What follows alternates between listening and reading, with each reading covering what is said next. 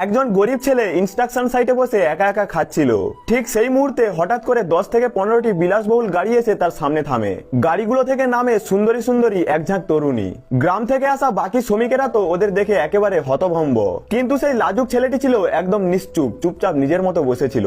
বাকি বন্ধুরা দৌড়ে যায় মেয়েদের সাথে কথা বলতে, কিন্তু মেয়েরা ওদের একেবারেই উপেক্ষা করে। তখনই সেই মেয়েদের মধ্যে একজন সুন্দরী মেয়ে সোজা এসে ছেলেটির সামনে হাঁটু গেড়ে বসে। সে বলে, অনুগ্রহ করে আমাদের পরিবারকে এই সংকট থেকে বাঁচান। আপনি যদি হ্যাঁ বলেন আমি এই মুহূর্তেই আপনাকে বিয়ে করব।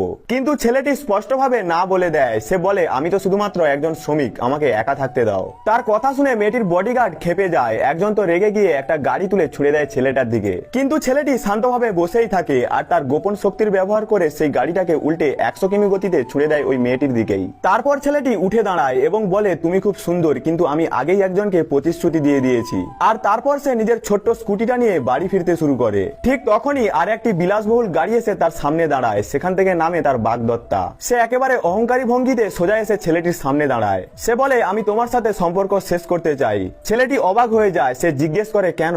মেয়েটি বলে, তুমি তো শুধুই একজন শ্রমিক, আর আমি এখন তিয়ানহাও গ্রুপের পরবর্তী মালিক হতে চলেছি। তুমি আমার লেভেলের যোগ্য নাও। তারপর সে একটি চেকবুক ছুড়ে দেয় ছেলেটির দিকে আর বলে, যত টাকা দরকার নিয়ে নাও আর ডিভোর্স পেপারে সাইন করে দাও। ঠিক সেই সময় ছেলেটির চোখ পড়ে মেয়েটির গলায় থাকা লাভ বাইটের দিকে। সবকিছু বুঝে যায় সে। রেগে গিয়ে সে ডিভোর্স পেপার ছিঁড়ে ফেলে দেয়। ঠিক তখনই আরো একটি গাড়ি এসে থামে। সেখান থেকে নামে একটি নতুন প্রেমিক, যে আর কেউ নয়, মেয়েটির বেস্ট ফ্রেন্ড। ওই ছেলেটি ডাকে, আসো সোনা। কিন্তু তখনই অন্য এক সুন্দরী মেয়ে এসে মেয়েটিকে থামায়। সে বলে, তুমি কতটা বোকা যে পৃথিবীর সব থেকে ভালো মানুষটিকে ছেড়ে দিচ্ছ।